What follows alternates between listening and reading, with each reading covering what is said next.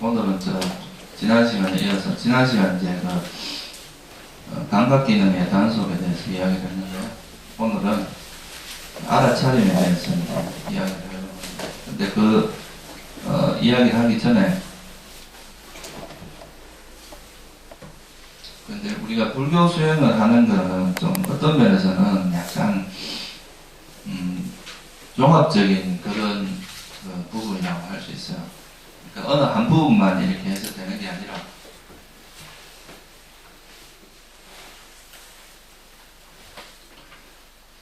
총체적으로 이제 이루어져야 된다고 말할 수 있는데요.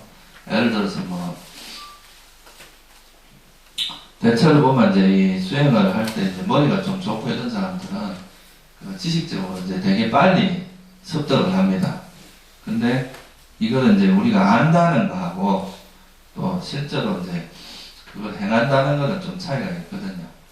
그래서 우리가 이제 어떤 것에 이제 이런 법을 받아들이는 자세나 이런 게 좀 우리가 불교에서 이제 두 가지 측면을 이야기하는데 하나가 이제 신심의 측면이 있고 하나가 이제 지혜의 측면, 이 두 가지를 항상 이야기를 합니다.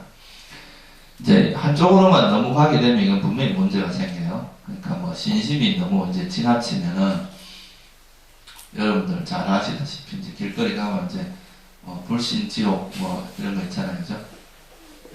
믿음 천국 이런 게 있는데 그런 것처럼 이제 좀 과하게 어떤 거기는 합리적인 판단이나 이런 것은 없고 오직 어떤 감성적으로 무조건 이것이 맞다 어떤 그런 식으로 접근을 해서 이제 다른 사람에게 그 믿음을 강요를 하고 이런 경우가 많이 있죠. 그리고 그 반대로 이제 또 지혜만 너무 앞서고 실제로 이런 진심이 좀 부족하게 되면 자기 머리 따로 이제 행동 따로 이렇게 되기가 쉽습니다. 머리로만 이제 이렇게 하면 된다더라. 그러니까 번뇌가 없어지면 좋다더라. 이렇게 되지. 실제 자기 삶에서는 이제 그게 잘 적용이 안 되는 이런 이제 일이 발생을 하는 거죠. 그래서 이제 이 신심하고 지혜라고 하는 게 사실 이제 제가 여기서 법회를 할 때 주로 이제 이런 지혜 쪽에 많이 초점을 맞춰서 이야기를 하는데 이 신심이 이제 중요하지 않아서 그런 건 아닙니다. 원래는 이제 지혜하고 신심이라고 하는 게 항상 이 밸런스를 맞춰야 됩니다. 이 균형이 맞지 않으면 아까 말했듯이 이건 분명히 문제가 생겨요. 우리가 이제 수다원이라고 하는 깨달음을 이룬 사람의 특징을 이제 견뎌내 보면 네 가지로 이야기를 합니다. 여러분들이 이제 상륙단 니까야라는 경전에 보면 벽돌집경이라는 경이 있어요. 이제 벽돌집에서 설했다고 벽돌집경이라고 하는데 여기 보면 이제 안한존자가 어떤 사람이 죽기만 하면 부처님한테 쪼르륵 달려와가지고 이 사람 죽어서 어떻게 태어났습니까? 물어보는 거예요. 이 사람은 죽어서 어떻게 태어났습니까? 이제 부처님은 이제 천안통이라고 하는 신통이 있으니까 어디 태어났다는 걸 이제 정확히 이야기를 해주는데 근데 한두 번도 아니고 사람이 죽을 때마다 와서 그러니까 이제 부처님이 상당히 성가신 거죠. 그래서 이렇게 하지 말고 내가 이제 법의 거울, 법경이라고 합니다. 법법자에다 거울 경자를 써서 법의 거울이라는 그런 경을 설해줄 테니까 여기에 이제 부합되면 수다원이 깨달음을 얻은 수다원이고 그렇지 않으면 법부니까 이걸 보고 판단해라. 이렇게 이제 법을 설했는데 그 내용이 이제 법의 거울이라고. 그러니까 이제 깨달은 수다원이 된 존재의 특징이 뭐냐면 첫째가 뭐냐면 삼보에 대한 흔들리지 않는 신심입니다. 그러니까 부처님에 대한 흔들리지 않는 신심, 법에 대한 흔들리지 않는 신심, 성가에 대한 흔들리지 않는 신심, 이 세 가지. 그리고 한 가지가 뭐냐 하면 계율에 대해서 흔들리지 절대 의도적으로 계율을 어기지 않는 것. 이 네 가지를 수다원의 특징으로 끊었어요. 그러니까 이제 불법성 삼보에 대한 신심이 확고해지는 거하고 이 세 가지죠. 불법성 세 가지니까. 그리고 계율에 대해서 청정한 계율이 완전히 이제 완성되는 것. 이거는 뭘 의미하냐면 자기가 의도적으로는 절대 계율을 어기지 않는다는 뜻입니다. 예를 들어서 술 마시지 말라는 계율이 있잖아요. 그죠? 근데 만약에 자기가 깨달음을 얻었다고 하는데 의도적으로 자기가 먹고 싶어서 그 술을 먹는다 이런 일이 있을 수 없다는 거예요. 자기가 모르고 음식에 들어간 술을 먹을 수는 있지만 내가 의도적으로 마음을 내서 술을 먹고 이런 일은 없다는 거죠. 근데 여기서 이제 세 가지가 뭐냐면 이제 삼보에 대한 신심이잖아요. 그죠? 그러니까 이 깨달음이라고 하는 것이 이제 우리가 지혜가 성장되는, 그래서 이제 이 지혜로서 수다원이 되면 사라지는 번뇌들이 있단 말이에요.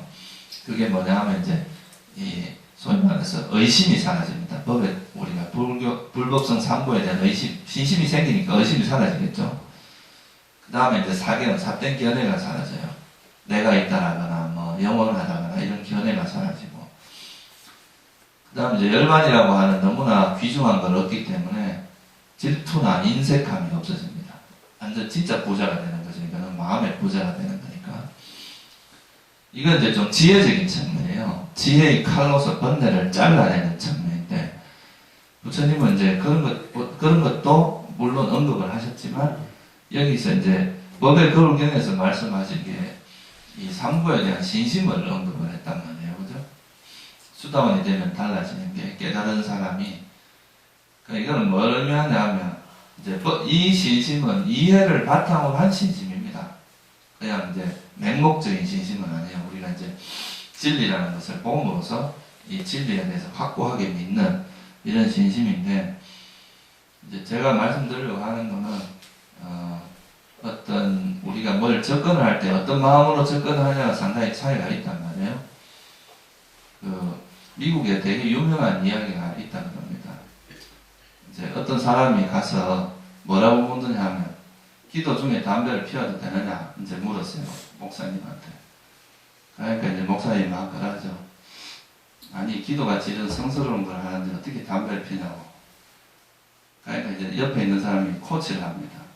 뭐 네가 잘못 물었다 이거야. 담배 필 때 기도를 해도 됩니까? 이렇게 물었어요. 아니, 그러니까 당연히 그렇게 되지. 우리가 이제 그 담배 피울 때도 성스러운 말을 하지 뭐 이렇게 이제 대답을 했다는 그런 이야기가 있는데, 그러니까 실제로 이제 그 어떤 패러다임을, 어떤 이제 마음, 어떤 이 틀로서 접근하느냐에 따라서 이 세상을 보는 눈이 굉장히 달라집니다. 그러니까 불법을 대하는 태도도 마찬가지예요. 여러분들이 이제 이런 신심이라는 것은 사실은 우리가 이제 옛날에 스님들이 출가를 할 때는 뭐 요즘은 되게 복잡합니다. 스님들이 이제 비구가 되기 위해서는 먼저 6개월간 행자생활을 해야 돼요. 그리고 또 이제 6개월 행자생활을 하면 삼위계를 받습니다. 삼위계를 받고 나서 또 4년 동안 기초교육이라고 받아야 돼요. 뭐 성가대학을 가거나 이제 이런 교육을 받아야 돼요. 그리고 나서 이제 비구계를 주는데, 이것도 뭐 이제 그러니까 한 5년 가까운 세월이 걸리는 거죠. 근데 옛날에 부처님 당시에는 그냥 삼보에 대한 귀의만 하면 이게 스님이 됐어요. 삼보에 대한 귀의. 그만큼 이 삼보에 대한 귀의라는 거는 되게 이제 불자로서 굉장히 중요한 부분이기도 해요. 처음에는 어떻게 보면 이제 부처님에 대한 신뢰 때문에 믿는 겁니다. 우리가 그런 부처님이라는 존재가 적어도 여러분을 뭐 나쁜 길로 인도할 분은 아니잖아요. 그죠? 그건 역사적으로도 검증이 된 거고, 또 이제 부처님의 법문을 들어보면 충분히 이제 신뢰할 수 있다고 생각하기 때문에 이제, 그런데 이제 이런 삼보에 대한 신심을 가지고 우리가 법을 접하는 거하고, 그런 신심이 없이 계속 이제 법을 접하는 건 상당히 다르거든요. 일단 이제 그런 신심이 있으면 법을 자기 수준에서 이해되지 않는 거라 하더라도 그걸 이제 이해하려고 노력할 거란 말이에요. 그죠? 근데 이제 그런 신심이 부족하면은 이해하려고 하기보다는 이게 내 생각과 안 맞다 자꾸 이렇게 이제 접근하기 쉽거든요. 자기가 이해 안 되는 것이, 그것이 마치 불법이 잘못된 것처럼 이렇게 생각할 수도 있어요. 저는 이제 지금 맹목적인 뭐 신심 이런 걸 강조하는 건 아닌데, 이 법이라는 것에 대한 여러분들이 기본적으로 이제 긍정적인 마음, 이제 좀 믿음을 가지고 접근을 하면은 훨씬 많은 것을 배울 수 있습니다. 그러니까 무조건 머리로서만 헤아리지 말고, 뭐 누가 그런 말을 하더라고요. 이제 이 세상에서 제일 먼 길이 머리에서 가슴으로 가는 길이라고 뭐 그런 이야기를 했대요. 누군지 모르겠어. 그러니까 우리가 이제 머리로 생각하는 것이로도 그게 실제 자기가 가슴으로 받아들여서 그걸 실제로 행동으로 바뀌는 건 쉽지 않거든요, 이게. 수행이라는 게 어려운 이유가 사실 뭐 이론적으로 아는 건 머리 좋은 사람들은 금방 합니다. 한 몇 달만 공부하면 기본적으로 돌아가는 건 기본적으로 알 수 있어요. 근데 그걸 이제 실제로 수행을 하면서 자기 마음을 바꿔나가는 과정이 전혀 다른 문제거든요. 여러분들이 뭐 TV 같은 데 보면 히말라야 가는 길은 저리저리 하면 갈 수 있다 하지만 그 직접 올라가는 건 얼마나 어려운 일인지 아시잖아요.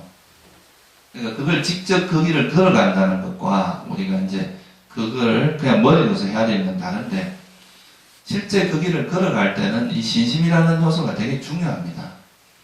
이 신심이 없으면은 중간에 조금 어려움이 있어도 막 포기를 해버려요. 뭐 이건 나하고 안 맞다. 뭐 또는 좀 가르침이 안 맞는 것 같다. 내가 이렇게 안 될 리가 없다. 뭐라거나 이렇게 이제 되기가 쉬운데 이 신심이 확고하게 되면은 그런 어려움들을 다 돌파할 수가 있거든요. 그래서 이 수행할 때는 이게 이제 신심이라는 측면이 어떻게 보면 좀 감성적인 요소가 있어요. 가슴이라고 할 수도 있어요. 지혜라고 하는 건 좀 이성적인 면이고. 근데 너무 이제 이성적으로만 하다 보면 수행하는 게 좀 딱딱해지기도 해요. 막 신심이 나서 마음이 이제 감성적으로 막 이렇게 즐거움과 그런 게 있으면서 수행하는 거하고 이거 뭐 그냥 좋다니까 한번 해보자 이런 마음으로 하는 거하고는 차이가 상당히 크다는 거죠. 그래서 여러분들이 이걸 좀 이런 법이라는 부처님이라는 존재가 그래도 뭐 우리가 인류가 인정하는 이제 성자 중에 한 분이니까 그런 분의 이제 가르침을 좀 신뢰를 하고 한번 그런 길을 갔을 때 분명히 나한테 이익이 있다는 걸 한번 믿고 그렇게 한번 이제 수행을 하면 그러면 이제 일단 수행에 대한 관심이 생기거든요. 이게 이거 진짜 나한테 가치가 있겠다. 그런 관심이 생겨야 실제 이제 자기 삶에 적용이 되는데 그렇지 않으면 그냥 이제 지적인 욕구로 끝날 수가 있어요. 그냥 이거 이제 이런 게 있다더라 하고 배웠는데 그게 이제 자기 삶에 적용이 안 되면은 사실 그게 진짜 의미 있는 거는 아니라고도 할 수 있어요. 머릿속에는 이제 화를 안 내야 된다고 이렇게 있는데 실제 상황에 가면 화가 난단 말이에요. 화가 날 수는 있습니다. 그렇지만 그거를 관심을 가지고 있으면 우리 마음이 그 화가 나는 거에 대해서 자기 스스로 자각을 할 수 있잖아요. 그죠? 그럼 이런 이제 자각이 이루어지면 이제 자기 마음에서 이런 일들이 벌어진다는 것을 알면 그걸 고칠 수가 있는데 그 자체를 모르면 이제 이거는 고치는 것 자체가 불가능해지잖아요. 그죠? 그래서 자기 자신에 대해서 그렇게 이제 자각을 하고 나에게 대한 일단 관심이 가지는 거죠. 제가 누누이 강조하지만 이 마음이라는 것이 사실 되게 중요한 틀입니다. 이게 이제 우리 마음이 세상을 어떻게 보냐에 따라서 진짜 많은 것이 달라지거든요. 이것도 뭐 좀 어느 책에서 내가 본 이야기인데 그 보면은 이제 어떤 핑크왕인가 뭐 그런 사람이 있어요. 이 사람은 세상 핑크색을 너무 좋아해갖고 모든 걸 핑크색으로 하는 거예요. 근데 자기 방이나 모든 걸 꾸미는 걸 다 핑크색으로 했는데 가만히 보니까 이제 그것만 갖고 만족이 안 돼. 다른 사람도 핑크빛으로 해야 내가 만족이 되는 거라. 그래서 다른 사람도 전부 옷을 핑크색으로 입히게 한 거예요. 집도 그렇고. 그러니까 이제 다른 건 되는데 이제 뭐 자연환경이 그래 안 되잖아요. 그러니까 나무에도 핑크색을 칠하고 온 데다 이제 핑크색으로 바꿨어. 근데 나중에 마지막에 안 되는 게 뭐냐면 하늘이 핑크색으로 바꿀 수가 없잖아요. 이건 칠할 수도 없고. 그래가 이제 그러고 있는데 어떤 현명한 사람이 와서 딱 한 이야기가 핑크색 안경을 주더래요. 그래서 핑크색 안경을 쓰니까 하늘도 핑크색이고 모든 게 다 핑크색으로 보이는 거야. 그러니까 어떤 면에서는 그거 하나만 바꾸면 되는데 쓸데없이 남을 그렇게 이 세상을 핑크색으로 바꾸려고 그렇게 노력을 했다는 거예요. 이게 이제 불교 수행도 마찬가지거든요. 여러분이 세상을 바꾸려고 하는 이런 것들은 한계가 있다 이거예요. 어떻게 다 바꾸겠어요, 그죠? 근데 여러분 마음의 이 틀을 바꾸면 충분히 가능하거든요. 세상 자체가 다 아름답게 볼 수 있단 말이에요. 그래서 그런 어떤 우리가 이제 우리 마음이 이제 세상을 대하는 틀, 또는 이제 요즘 말로 하면 뭐 패러다임이라고 하기도 하고, 또 어떤 사람은 또 프레임이라고 그러기도 하고, 근데 그런 것들을 이제 바꿔서 이 틀을 바꾸기 시작을 하면은 사람이 이제 되게 큰 틀이 변하기 시작하고, 이게 이제 사람의 큰 변화를 이끌어내거든요. 제가 이렇게 사람들을 좀 이렇게 만나면서 대화를 해보면 대부분의 사람들이 그럽니다. 뭐 부처님 말씀이 좋은 건 알겠는데 세상은 어쩔 수 없다. 살다 보면 뭐 현실적인 문제는 어쩔 수 없다. 뭐 그런 현실적인 문제를 부정하는 건 아니에요.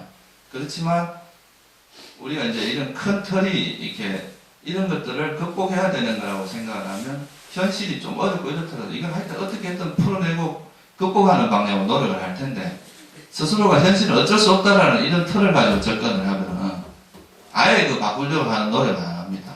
머리 따로 이제 현실 따로 이렇게 노력이 되는 거죠. 그래서 이런 부처님의 가르침에 대한 신심을 가지고 우리가 실제 이런 수행을 하면 실제 우리 삶에 이익이 있다는 걸 여러분이 한번 그런 믿음이 좀 필요하다. 그런 믿음을 가질 필요가 있다. 그런 생각을 합니다. 그게 없으면은 사실 수행을 해나가는 동력이 자꾸 떨어집니다. 조금만 현실에서 어려운 일이 닥치면 아이고 막 그냥 현실에 자꾸 순응을 하고 타협을 하려고 그러고. 요즘 그 인터넷에 보니까 조용필이 다시 막 떠가지고 막 그러더라고요. 근데 그런 것도 보면은 그 사람이 이제 어떤 현실에 또 타협을 해서 또 뭐 현실 그 대중의 기호에 맞는 삶을 살고 뭐 그렇게 살았으면 나중에 저렇게 조명받고 이러지는 않을 수 있습니다. 근데 외길로 자기 나름대로 이제 자기 음악 정신을 고집하면서 이렇게 살아왔기 때문에 또 재조명을 받고 이런 측면이 있단 말이에요. 그 사람은 이제 또 어느 정도 자기 주관을 가지고 끝까지 자기 소신을 좀 끌고 가다 보면 그게 한 10년, 20년 지나면 진짜 그 분야에서 이렇게 인정을 받을 수도 있는데 이제 중간에 왔다 갔다 하다 보면 이제 아무것도 안 될 수도 있잖아요. 이 수행자도 보면은 이런 부처님의 그런 가르침이 아까 말했듯이 이런 선한 법을 부처님께서 말씀하신 선법을 실천하면은 그게 여러분 삶에 이익이 있다는 것을 이해를 하고 그거를 믿고 한번 실천을 꾸준히 해보면 그게 한 몇 년이 지나면 분명히 자기가 압니다. 아, 이게 진짜 큰 변화가 있구나, 사람에. 우리 인생에서 진짜 이거 큰 이익이 있는 거구나 하는 거를 본인 스스로 느끼게 돼요. 그래서 그거를 끝까지 밀고 가게 하는 동력은 지혜도 있지만 이런 신심이라는 측면도 상당히 강하다는 거죠. 그래서 이런 신심이라는 측면도 무시하지 말고 이제 꼭 이 두 가지가 균형이 잡혀 어떻게 보면 신심이 좀 더 앞장서는 게 훨씬 수행이 덜 힘듭니다. 그러니까 너무 이성적으로 끌고 가려고 하는 거는 되게 힘든 일이 되거든요. 해야 된다 막 이런 생각만 갖고 하는 거는. 근데 막 마음에서 우러나서 정말 막 신심이 막 우러나서 마음에서 우러나서 하는 공부 힘이 안 든다고 훨씬 덜 힘들어요. 그래서 이제 그런 믿음을 가지고 좀 했으면 하는 바람이고, 두 번째 이제 이 알아차림, 오늘 이제 주제가 알아차림인데, 이 알아차림이라고 하는 것에 이제 출발점 중에 하나가 자기의 자기 문제화하는 겁니다. 이건 어떤 남의 일이 아니라 자기 일이라는 것을 먼저 인지하는 게 되게 중요해요. 대부분은 보면 이제 마치 뭐 자기 삶인데 뭐 나무 일 생각하듯이 그렇게 볼 수가 있어요. 근데 우리가 이제 수행이라고 하는 거는 어떻게 보면 부처님의 가르침을 배우는 건 수학적으로 말하면 수학 공식을 익히는 거랑 똑같습니다. 이럴 때 이렇게 풀어라 하는 그런 공식을 하나 알려주는 거죠. 근데 여러분들이 학교 다닐 때 수학 공식 안다고 수학을 잘하던가요? 그건 아니다 이 말이에요. 그 공식을 가지고 실제 연습 문제를 많이 풀어봐야 그 공식을 이제 삶의 그 문제에 어떻게 적용하는 그 노하우를 익혀야 그게 실제 이제 자기 실력이 되잖아요. 그죠? 그러면 그게 이제 나중에는 어떤 문제가 생겨도 그걸 맞게 풀어내는 방법이 생긴단 말이에요. 그런 것처럼 이 알아차림이라고 하는 것도 그런 역할을 합니다. 우리가 머릿속에서는 욕심을 내면 안 된다, 성을 내면 안 된다, 이런 게 있는데, 이거는 그냥 우리가 하나의 그 정보에 불과합니다. 그죠?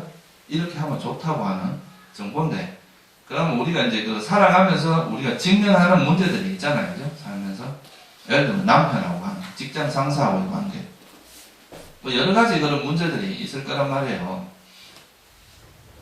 그런 문제를 직면할 때, 그때, 우리가 이제 그 문제에 대해서 있는 그대로 파악을 하고, 그리고 그거를 이제 어떻게 이해를 해서 그 문제를 내가 마음의 태도를 어떻게 바꿔서 그걸 풀어낼 건가. 이런 게 이제 실제 실전에서의 연습이다 이거예요. 그게 안 되면은 아무리 머리가 좋고 아무리 해도 그게 실제 삶에서는 또 그렇게 정신적으로 성장하지는 않습니다. 그래서 이거를 하게 만드는 그 요소가 바로 어떻게 보면 진짜 알아차림이다 이거예요. 알아차림이라고 하는 거는 현재 우리에게 일어나는 이 문제를 직면하게 하는 그런 효과가 있습니다. 그래서 이제 알아차림이라는 게 어떤 건지를 조금 더 자세히 한번 살펴보면, 첫째, 이제 이 알아차림의 정의가, 영어로 이제 그 발리어로는 이걸 사띠라고 이야기를 해요. 사띠. 근데 이거는 뭐냐 하면, 우리가 이제 여러분들이 지금도 이게 뭔지 다 아시잖아요. 그죠? 이게 뭔지도 알고, 이게 컵이 뭔지도 알고 다 압니다. 우리가 이 세상을 파악하고 이런 건 다 하고 있는데, 문제는 우리가 이제 이런 현상을 파악할 때는 항상 우리의 그 고정관념이라든가, 그죠? 그리고 내가 한다라든가, 또는 이걸 좋아하는 마음, 싫어하는 마음, 이런 것들이 항상 개입을 합니다, 이게. 그죠? 이런 것을 통해서 이런 현상을, 이게 소위 말해서, 아까 말했던 이제 이 현상을 바라보는 틀에서, 이 소위 말해서 어리석음이라고 하는 이 틀이 있어요. 이 틀을 통해서 세상을 항상 본단 말이에요. 그러니까 이런 게 있으면은 우리가 현상을 있는 그대로 볼 수가 없단 말이에요. 그래서 우리가 이제 사회에서도 과학이나 이런 학문을 할 때 제일 중요한 요소는 이 주관적인 어떤 그런 걸 버리고 객관적으로 보는 게 이제 가장 중요한 부분이란 말이에요. 근데 우리가 좋아하는 마음이나 싫어하는 마음이 있으면 그런 것을 소위 말해서 내가 보고 싶은 걸 봅니다. 탐욕이 있으면. 그리고 분노가 있으면 보기 싫은 거는 안 보려고 하는 게 있어요. 그래서 이런 것들이 없이 그냥 이제 현상을 보게 하는 것이 이제 알아차림인데, 그럼 이 전제 조건이 뭐냐 하면 탐욕과 성냄이 없이 알아야 된다 이 말이에요. 이 탐욕이 개입되거나 성냄이 개입되는 것은 알아차림이 아니다 이 말이에요. 여러분들이 아무리 이제 현상에 대해서 뭘 잘 안다고 해도, 첫째는 이 좋아하고 싫어하는 마음이 없는 상태로 현상에 대한 알미 있어야 된다 이 말이죠. 그러니까 이걸 알 때 그냥 이 자체만 알면 돼요. 여러분들이 이걸 이름을 붙이거나 하기 이전에 알고 있는 이것이 존재하는 게 있잖아요, 그죠? 우리가 이제 이런 개념화 작업은 이 사물을 처음에 인지할 때는 개념화 작업이 잘 안 일어납니다. 그냥 단지 이 사물이 뭔가 있다는 걸 아는 정도로 안단 말이에요. 근데 이제 조금 지나면 이걸 종이라고 하고, 이 색깔은 뭐라고 하고, 이 모양은 어떤 것이고, 저건 좋다, 나쁘다, 마음에 든다, 마음에 안 든다, 이렇게 이제 생각이 자꾸 뻗어나가게 되는 거죠. 근데 이런 생각들이 막 움직이기 시작하는데 그 동력이 뭐냐? 이 생각을 이렇게 계속 뻗어나가게 하는 그 동력이 탐욕과 성냄, 이 두 가지가 이제 바탕이 되어 있다는 거죠. 그래서 이런 것들이 없이 그냥 대상을 보게 되면 이 대상을 이제 볼 때 되게 단순하게 보게 됩니다. 그냥 말 그대로 그냥 그 사물이 있는 그대로만 보게 되지, 이거에 대해서 뭔가 생각들이 움직이지 않게 된다 이거예요. 그래서 이 알아차림이라고 하는 거는 첫째 이제 중요한 거는 좋아하고 싫어하는 마음이 없이 아는 거다. 어떤 현상을 할 때 좋아하고 싫어하는 마음이 들어가면 안 됩니다. 그래야, 이것이 이제 원래 그 사물이 가지고 있는 그 모습 그대로 볼 수 있다 이거예요. 왜곡되지 않은, 그러니까 우리가, 또 두 번째는 뭐가 있느냐면, 이제 이렇게 있는 그대로 보다 보면 사물에 깊이 들어간다고 이야기를 합니다. 솔직히 지금 여러분들 이게 종이라고 이야기 하잖아요. 그죠? 근데 이 종이 있는 건 아니잖아요. 좀, 엄밀한 의미에서 보면, 그죠? 우리가 이걸 구성하고 있는 어떤 요소들이 있을 거 아니에요. 예를 들면 철이라든가 동이겠죠, 이거는. 동이라는 요소가 있는데, 그런 것들이 이렇게 그 동이라는 것을 두드려서 이런 모양을 만든 거지, 사실 이게 종이라는 것은 실체가 있는 건 아니란 말이에요. 그죠? 그냥 단지 우리가 이걸 종이라고 이름을 붙였을 뿐이란 말이에요. 근데 우리가 보통 이제 이런 개념이라는 것이 형성이 되면, 이게 굉장히 소통을 하는 데는 굉장히 편해요. 이걸 뭐 설명을 하기는 어렵잖아요. 또 일일이 하나하나 설명을 할 수는 없으니까. 그냥 그럼 우리가 서로가 소통이 돼요. 뭐 나름대로 상상을 한단 말이에요. 그런 이제 소통에 아주 좋은 장점이 있는 반면에 이것이 이제 또 이 현상의 본질을 가리는 효과가 있습니다. 사실 이게 종이 아니잖아요. 사실은 본질적으로 보면. 이거는 이제 어떤 구리 또는 뭐 이 안에 이제 조금 더 깊이 들어가면 뭐 이제 이런 원자나 전자와 요즘은 뭐 이제 기본 입자라고 하는 게 있어요. 전자와 기본 입자들의 모임이다 이 말이에요.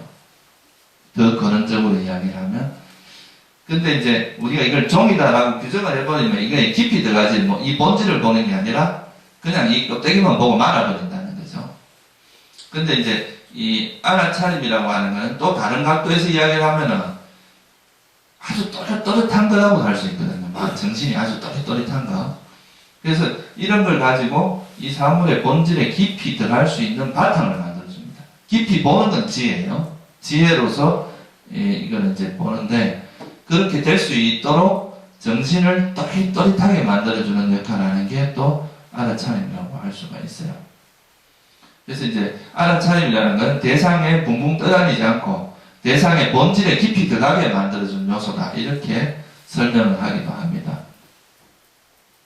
이제 그런 쉽게 말해서 이런 껍데기를 다 벗어 던지고 그 사물이 존재하는 그 모습 그대로만 볼 수 있게 해준다 이 말이에요. 우리가 이제 지금은 이름이라고 하는 것에 너무 이렇게 갇혀 있는데 이런 것들이 빠진, 그러니까 우리가 이름을 붙이든 안 붙이든 존재하고 있는 그 현상이 있단 말이죠. 그런 걸 그대로 보게 해준다 이거죠.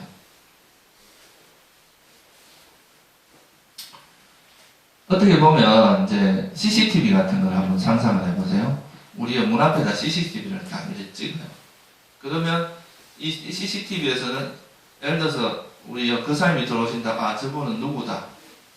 그렇게 CCTV가 생각하진 않을 거 아니에요. 그죠? 그냥 그 사람이 들어오는 그 모습 그대로만 탁탁탁 찍지 이거에 대한 분석이나 판단, 이런 붙이고 이런 개념화 작업 이런 것들이 잘 안 이루어지겠죠. 그죠?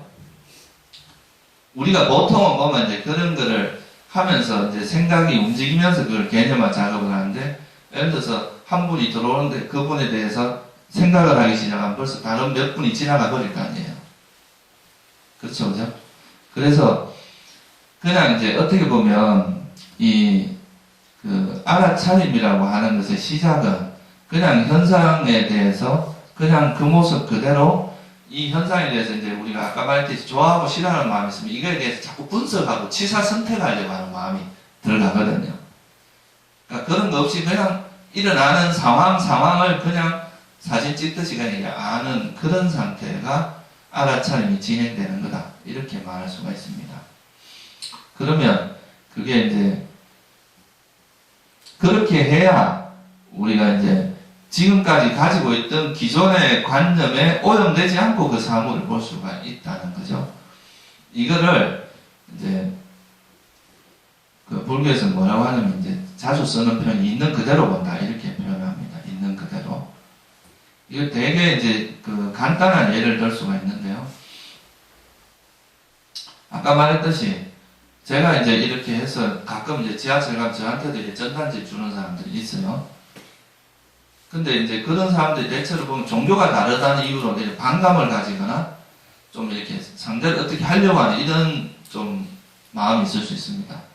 근데 내가 옷을 이걸 싹 바꿔입고 만약에 그 이렇게 정장 차림이나 이렇게 해서 딱 갔으면 나한테 그런 반감을 안 가질 거거든요. 그러니까 이건 사람은 똑같잖아요. 제가 뭐 다른 사람도 아니고 똑같은 사람인데 그 껍데기가 사람의 인식을 이렇게 방해하는 거예요. 그죠? 이렇게 포장이 돼 있으면 그런 개념으로 저 사람은 스님이다 이렇게 개념으로 포장이 되면은 그거에 대한 적대감이 일어나는데 내가 예를 들어서 막 멋지게 차려입고 딱 가면 억수로 반길 거란 말이에요. 저를 그죠? 새로운 신도가 왔다고. 그러니까 이거는 똑같은 상황인데도 그거를 보는 눈은 상당히 달라질 수 있다 이거죠. 근데 이런 인식 이렇게 되면은 우리가 사물을 있는 그대로 인식할 수가 없어요. 그래서 이런 그 포장되어 있는 것들을 싹 걷어내고 나면 우리의 의식은 굉장히 단순하고 심플해집니다. 말 그대로 보이는 대로 본다 이 말이에요. 보이는 대로. 여러분들은 보통 보고 싶은 것을 보거든요. 그냥 그 사물이 존재하는 그 모습을 보는 게 아니라 내가 보고 싶은 걸 보는 거예요. 실제로 그 사물하고 별 관계도 없어요.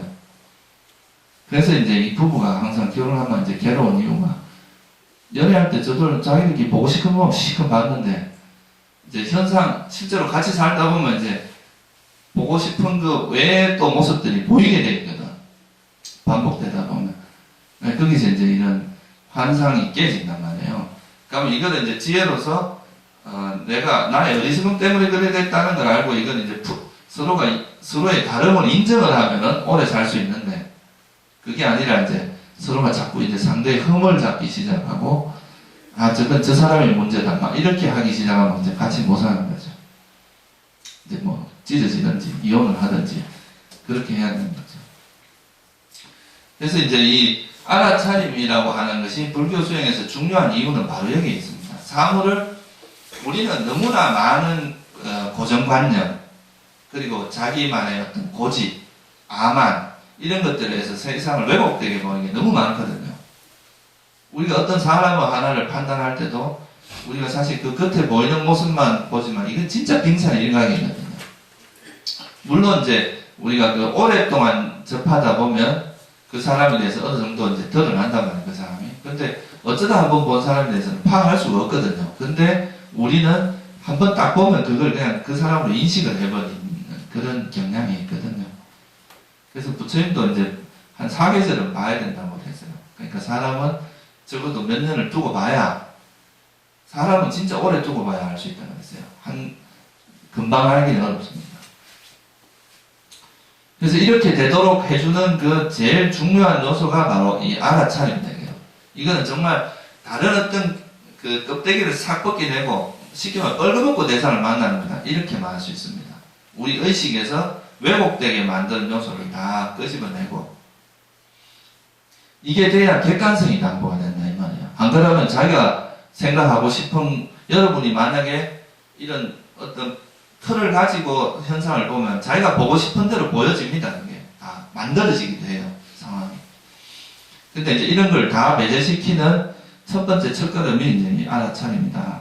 그래서 이제 알아차림의 가장 중요한 거는 좋아하고 싫어하는 마음이 없이 보는, 그러니까 되게 단순하고 심플하게 현상을 보는 게 이제 알아차림이다. 그러니까 이런 거 없이 그냥 있는 그대로 아는 게 아는 마음, 안다 이러면 이게 이제 알아차림이 있는 거고, 그게 없이 되는 것은 알아차림이 없는 거다 이렇게 말할 수가 있어요. 그래서 어떻게 보면 이제 이 현상에 대해서 그냥 있는 그대로 보는 이것이 바탕이 되면 이거를 통해서 내가 실제로 내 마음의 움직임을 볼 수가 있습니다. 이게 소위 말해서 여러분들이 이게 눈에 잘 안 드러나 이거는 좀 숨어서 활동하는 그런 불교에서는 이걸 이제 뭐라고 이야기하냐면 잠재 성향이라고 이야기를 하거든요. 아누사야 잠재 성향이라고 이야기하는데 여러분들이 겉으로 포장된 거 외에 실제 여러분 삶 전반에서 여러분을 이렇게 그 어떤 삶을 대하는 태도를 지배하는 어떤 마음의 형태가 있어요. 그러니까 이거는 어떻게 보면 사람이 보면 이제 기질상으로 저 사람 화가 많다, 탐욕이 많다 이렇게 이야기할 때 이거는 우리가 이성적인 거와 관계없이 실제로 우리의 모습이 그런 게 있거든요. 자기 마음에 이렇게 잠재되어 있는 그런 경향성들이 있습니다. 근데 이런 것들은 우리 삶에서 잘 드러나진 않는데 이거를 보기 시작하면 사람이 진짜 크게 변해요. 이거는 어떻게 보면 이 부분은 자기가 참 파악하기가 쉽지가 않습니다. 근데 이런 거를 파악하도록 도와주는 게 이제 바로 소위 말해서 이 알아차림이에요. 그러니까 있는 그대로 자꾸 보는 연습을 하다 보면 이게 이제 객관적인 정보가 자꾸 쌓이니까 이걸 통해서 이제 자기에 대한 이해가 이루어진단 말이에요. 실험 결과를 얻는 거나 데이터를 얻는 거나 비슷합니다. 계속 이제 그 동일한 실험을 계속 반복해서 하다 보면 거기서 이제 좀 더 내 생각이 개입되지 않은 객관적인 데이터가 나오듯이 우리가 이제 현상에 대한 알아차림도 그걸 지속해서 하다 보면 좀 왜곡되지 않고 그 현상이 가지고 있는 그 모습 그대로를 볼 수 있게 돼요. 보통 보면 이제 남이 훈수를 하면 잘 보이는데 자기 모습은 잘 못 보잖아요. 우리 속담에 그런 말 있잖아요. 남의 눈에 있는 티끌은 보여도 내 눈에 있는 스카리는 안 보인다 그런 말이 있어요. 그게 왜 그런가 하면 자기 거는 뭐가 있어요? 자기에 대한 뭐가 항상 개입을 합니까? 집착, 그러니까 이런 탐욕 이런 게 개입을 하기 때문에 자기 걸 보는 걸 가린단 말이에요. 남 걸 볼 때는 뭐 그 사람에 대해서 크게 애착이나 이런 게 없으니까 그냥 있는 그대로 볼 수 있단 말이에요. 그래서 다른 사람의 허물은 잘 보여도 자기 허물은 잘 안 보입니다.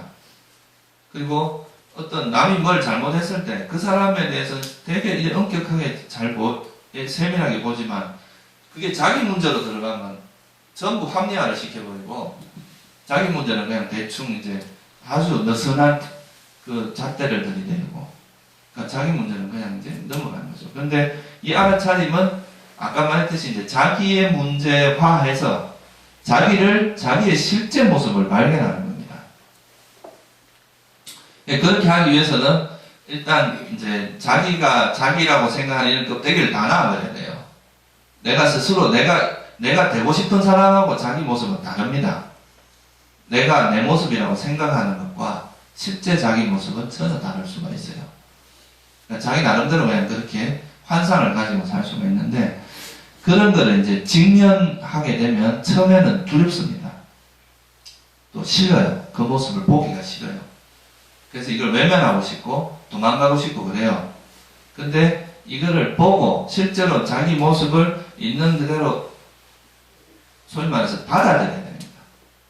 받아들이고 그거를 이제 이해하는 대상이지 이건 거부의 대상은 아니다 이 말이에요. 실제 자기 모습을 이해하는 거지 이걸 거부하고 이런 건 아니다. 그렇게 하도록 하는 것도 이 알아차림의 역할입니다.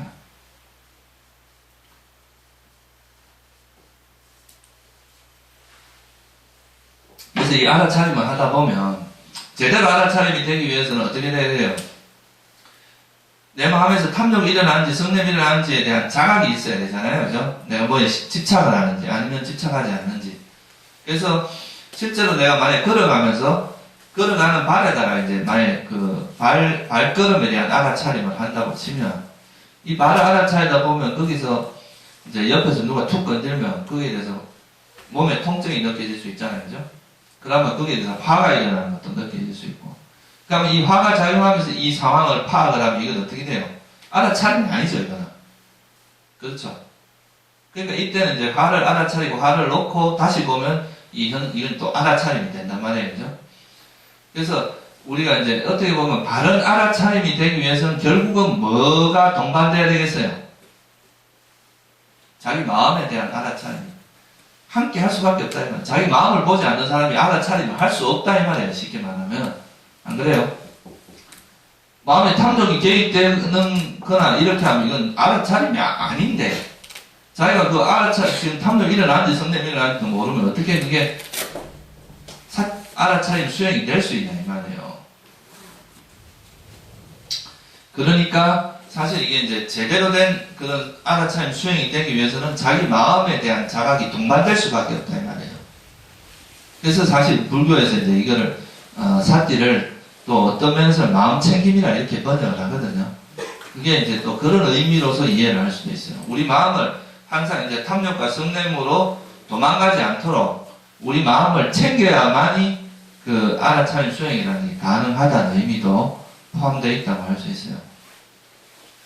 그렇게 하면 이제 여러분들이 이제 어떤 인식을 할 때 제일 많이 받아들이는 게 뭐냐면 눈과 귀거든요. 보는 것과 듣는 건데, 보는 것도 우리가 보면은 항상 거기에 뭐가 들어가냐 하면 저 멋있다, 아름답다 이러면서 그게 이제 탐욕이 개입되는데, 그게 아니라 그냥 그 아주 단순하게 그냥 그 사물이 보이는 그대로만 보고 들리는 그대로만, 소리가 들리면 그냥 소리로만 들어야지 그 소리에 대해서 이거는 무슨 소리고 이거는 또 뭐 좋다 싫다 이런 마음이 없이 그냥 이렇게 인식을 하게 되는데, 그게 이제 알아차림이 익숙해진 사람들은 그렇게 됩니다. 생각이 복잡하지는 않아요. 그냥 보이는 건 그냥 보이는 형상 그대로만 보고, 들리는 건 듣는 대로 보고, 냄새도 그냥 그대로 맡고, 그러니까 여기에 대해서 복잡하게 생각이 움직이지 않고 그냥 그 들리는 그대로, 보이는 그대로 그냥 이렇게 볼 수 있는 그런 게 된다. 이게 이제 알아차림을 하면서 오는 이제 좀 달라지는 측면입니다. 머리가 그러니까 우리가 이제 살아가면서 뭔가 분명히 아는 거는 똑같아요. 과거나 지금이나 아는 현상 자체는 똑같은데 옛날에는 소위 말해서 탐욕과 성냄이 지배를 하기 때문에 여러분 마음이 뭘 하는지도 모르고 그냥 일어나는 거란 말이에요. 그냥 그 탐욕이 휩쓸려 가버립니다. 여러분 마음을 성냄이 끌고 가버리고. 근데 이제 이 알아차림이라는 것이 함께 하기 시작을 하면 이런 마음에 이제 끌려가지 않고 그냥 그 마음이 지금 그 현상을 그냥 있는 그대로 볼 수 있는 이 힘이 생겨요. 안 그러면 지금 어떤 대상을 볼 때마다 우리 마음이 확 휩쓸리기 때문에 현상에 대한 이해 있는 그대로 보는 게 불가능하단 말이에요. 그러므로서 이제 알아차림 수행을 하면서 아까 말했듯이 우리 마음이 탐욕이나 성냄에 물들지 않도록 하기 때문에 또 알아차림이 또 어떤 역할도 하냐면 우리 마음을 보호해주는 역할도 합니다.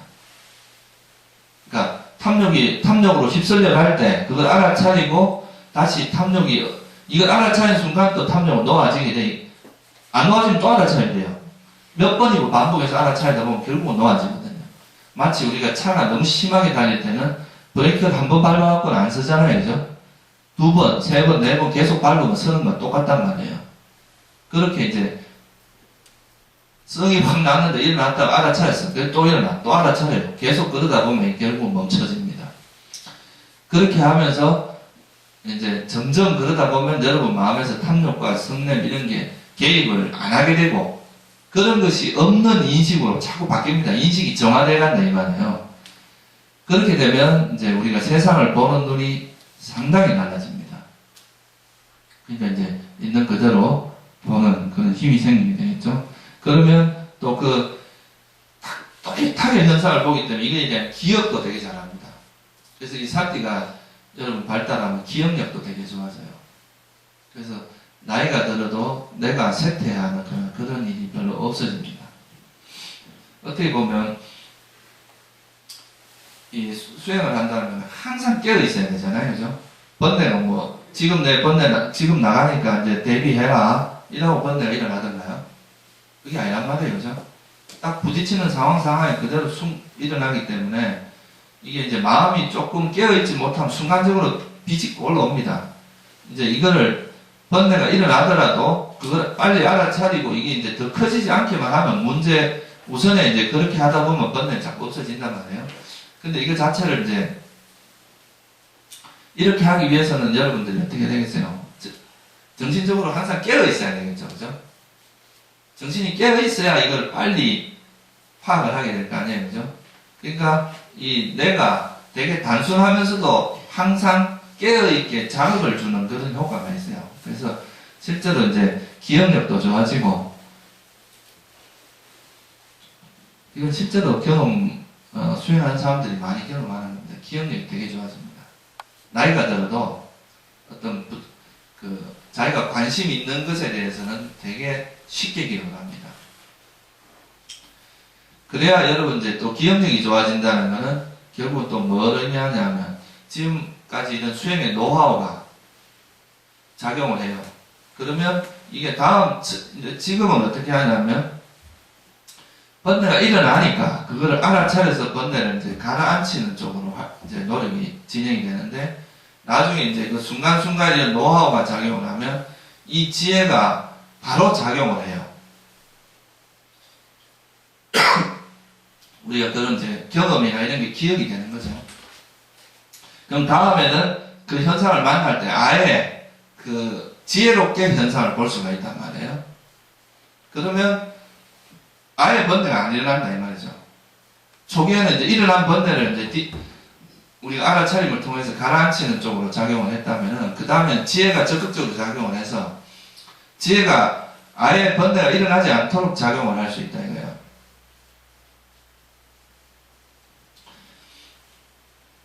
예를 들어서 여러분들 이제 수행을 좀 열심히 해서 이제 화의 위험성에 대해서 되게 이제 많이 공부를 하고 또 그걸 실제로 그런 걸 관찰을 많이 하고 이랬어요.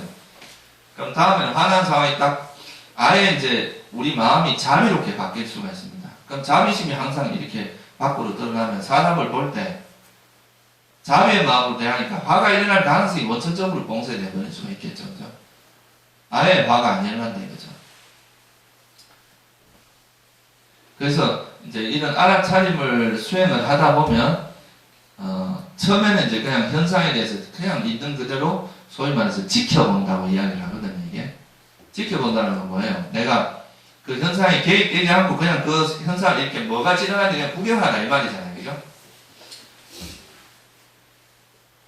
만약에 이거에 개입을 하게 되면 여러분들 생각이 움직인단 말이에요. 그러니까 개입하지 않고 그 현상이 일어나는 그대로 이제 보다 보면 나중에 그 현상에 대해서 있는 그대로 우리가 아까 말했듯이 이제 그 보고 싶은 걸 보는 것도 아니고 듣고 싶은 걸 듣는 것도 아니에요. 그냥 보이는 그대로 보고 들리는 그대로 듣고 그러니까 맛이 있는 그대로 맛을 보고 그러니까 그냥 그 대상이 있는 그대로 우리가 그냥 받아들이는 훈련이 됩니다. 그러면 이런 정보는 믿을 만한 데이터예요. 우리가 쉽게 말해서죠.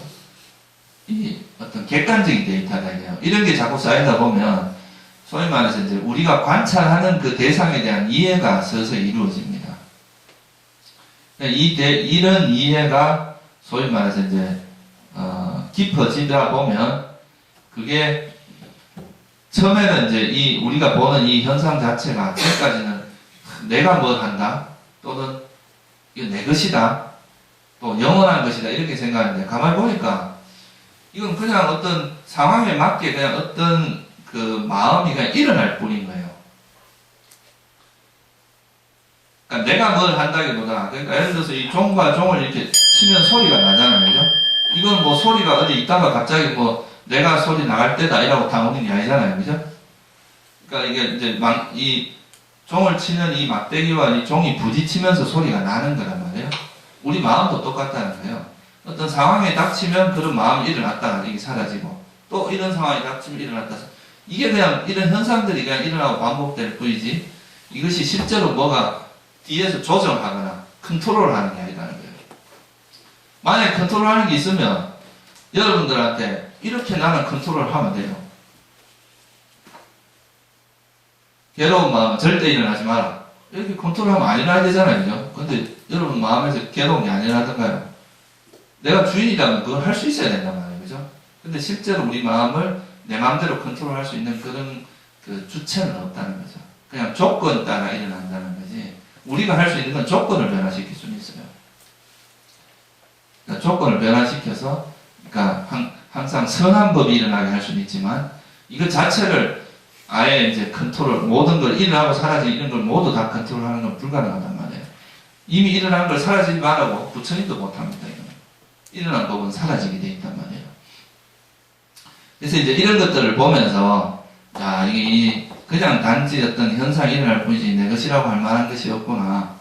이런 걸 이런 이해가 이루어지면요. 되게 세상 사람이 이제 그런 좀 더, 달라진단 말이에요. 우리가 현상을 대할 때도 항상, 그러니까 이제 이런 내 것이다 이런 관점이 들어가면 굉장히 이제 집착도 많고 그런데 그냥 하나의 현상이다 이렇게 보면 쉽게 우리가 집착이나 성냄을 놓을 수 있고 그러면서 그 현상 자체를 있는 그대로 보는 이런 훈련이 되게 많이 이제 되겠죠, 그죠? 그래서 이 알아차림 수행은 사실은 이 지혜라는 것이 항상 동반되게 되어 있습니다.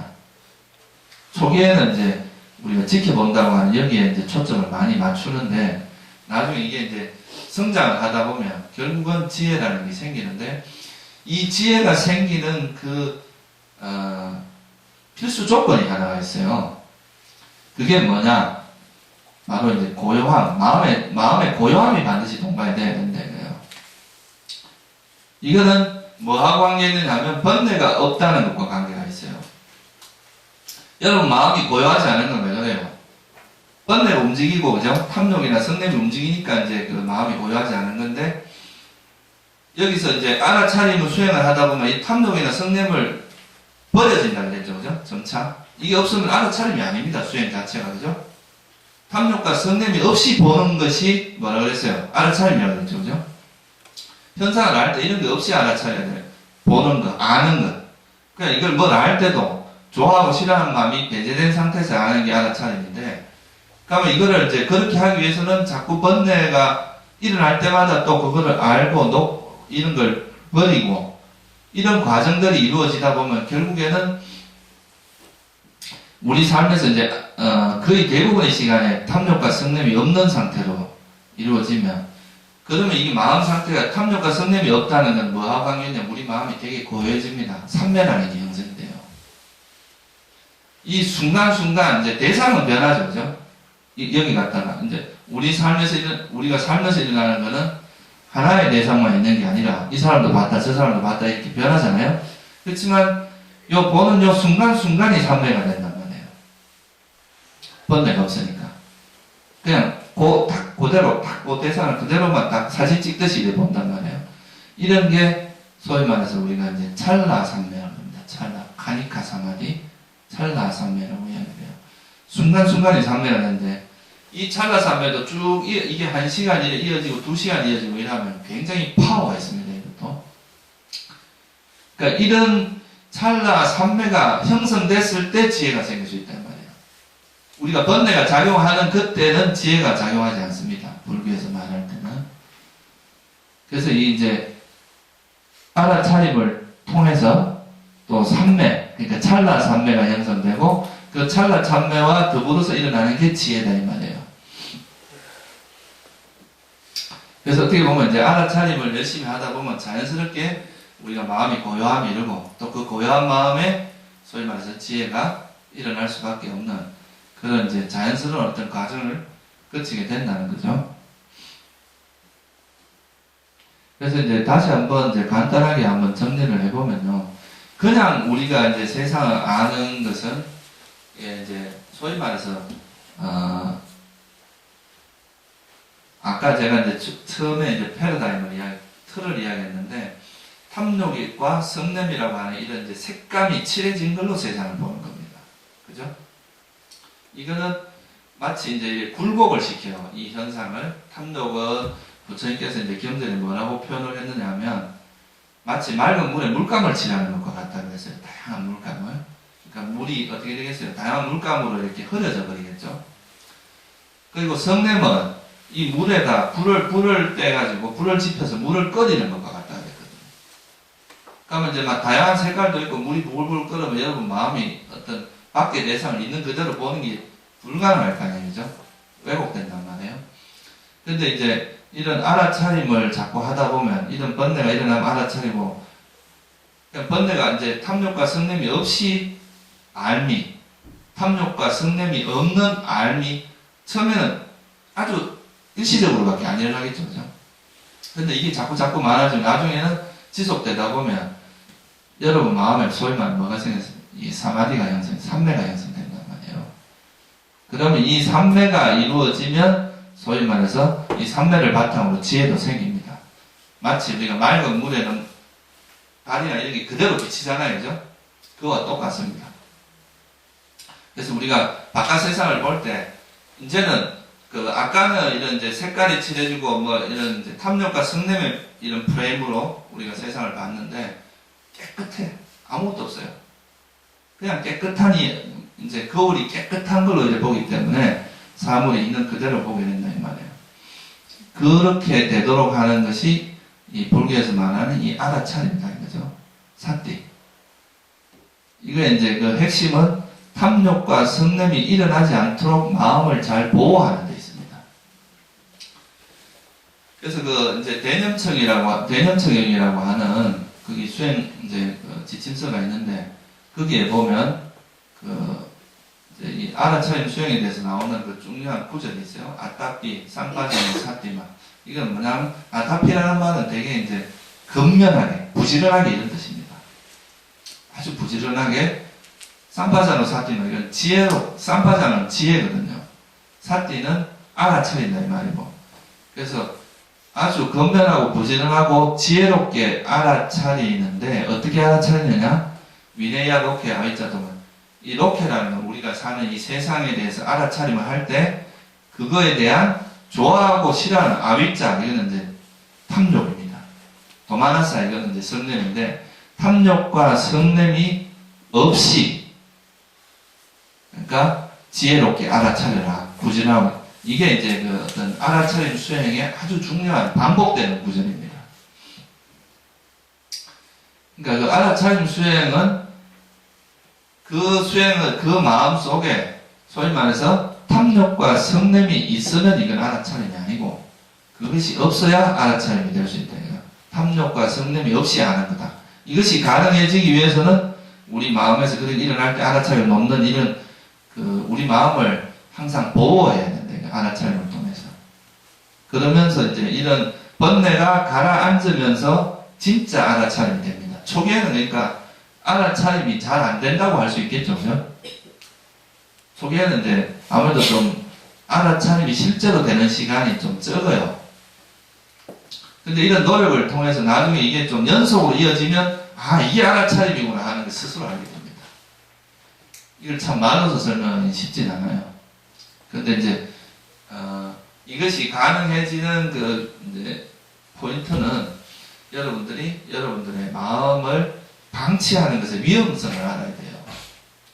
이 탐욕대로 막 흘러가고 우리 마음이 이제 이런 성냄이 그대로 방치를 해두면 이게 나중에 참 많은 병을 유발하거든요. 정신적으로. 이것이 이제 커지기 전에 이거를 이제 잘 보호를 하고 단속을 해가지고 우리 마음이 그런 쪽으로 가지 않도록 이렇게 계속 지속적인 노력을 하는 게 알아차림 수행입니다. 알아차림을 하다 보면 탐욕과 성냄이 놓아지기 때문에 그러면서 이제 우리 마음이 보호가 되고 그러면 저절로 나중에 이제 지혜도 생기고 또 여러분 이제 내면의 변화가 실제로 일어날 수가 있거든요.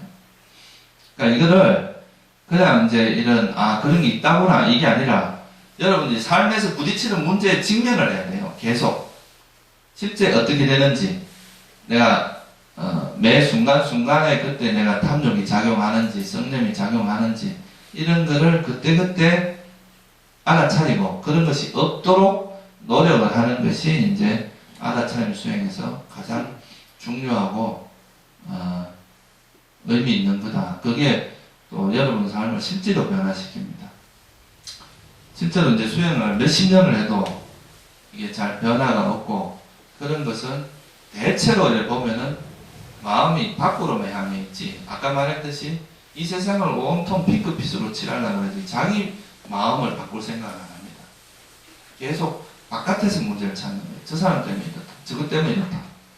그게 아니라 자기가 그냥 이 안경만 하나 바꿔도 되는데 얼마나 쉬워요. 그죠? 근데 이 세상을 다 핑크빛으로 칠하려고 해보세요. 얼마나 많은 노력이 들고. 그건 안 된다, 이거예요. 근데 이제 자기 마음에 이제 마음에서 그런 변화를 이끌어내면, 실질적인 변화가 일어나거든요. 아까 말했듯이 이제 마음에 잠재되어 있는 그런 경향성을 스스로 보게 됩니다. 이게 이제 불교에서 이 잠재 성향이라는 건 정말 뿌리 깊은 거예요. 세세생생 익혀진 거기 때문에. 그거를 이제 보기 시작한다. 이거는 수행이 상당히 깊어졌다는 의미도 되거든요.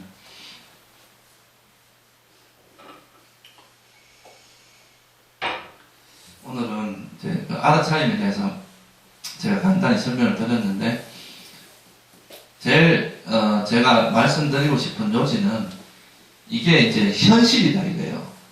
예? 이거는 어떤 이론적인 게 아니고 또 여러분이 그냥 단순히 머리로만 해야 하는 게 아니라 우리 삶의 문제다 이거예요. 그래서 실제 여러분들이 이 매 순간순간 어떤 세상과 부딪히면서 살아가는데 이 부딪히면서 살아가는 이 삶의 현장 여기서 이 알아차림이 작용하고 여기서 지혜가 작용하도록 하는 게 여러분의 지혜가 됩니다. 그게 아니라 그냥 뭐 이렇다더라 이걸 듣고 정보만 가지고 있는 거는 사실 별 의미가 없어요. 그러니까 이제 여러분 문제화하는 것. 문제가 이게 부처님의 문제도 아니에요. 이거는. 그리고 저의 문제도 아니고 우리가 깨달은 아라한들의 문제도 아닙니다. 여러분들의 문제에서 이거를 적용시켜서 풀어내야 이게 이제 진짜 자기게 된다 이거죠. 그래야 이제 진짜 자기 공부가 됩니다. 아시겠죠? 오늘은 여기서 마칠게요.